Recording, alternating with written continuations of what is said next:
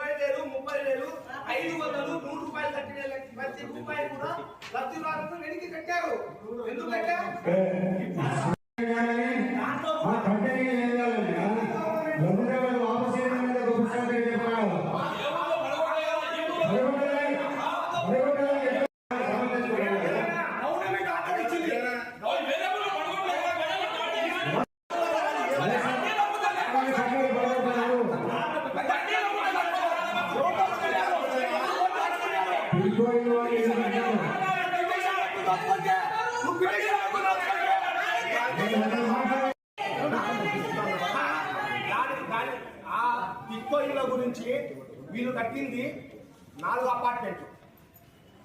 అపార్ట్మెంట్లు మాత్రమే. అంతా 300 ఇళ్ళే కట్టింది. 4000 ఇళ్ళు కట్టాల్సిన క్రమంలో 300 ఇళ్ళు కట్టి నిలబెట్టేసినారు. ఆ 300 ఇళ్ళు కూడా ఎవరికి ఆడ ఇన్ఫ్రాస్ట్రక్చర్ తయారు చేయాలనే, రోడ్లు వేయాలనే, పైప్ లైన్లు ఇవ్వాలనే, ఇంకోటి ఎన్ని సమస్యలు వస్తాయి కాబట్టి అదంతా డిస్మాంటింగ్ గవర్నమెంట్ చెప్పింది. డిస్మాంటింగ్ చేసినారు. దాన్ని ఫ్లాట్లుగా విభజించి ఇక్కడ ఉండే ప్రొద్దుటూరు నియోజకవర్గంలో ఎవరైతే ఉంటారో వాళ్ళకు తక్కువ రేటుకు డిప్పు సిస్టంలో ఇచ్చింది. ఎక్కడ దీంట్లో అవినీతి కానీ ఇంకోటి ఎక్కడ జరగలే.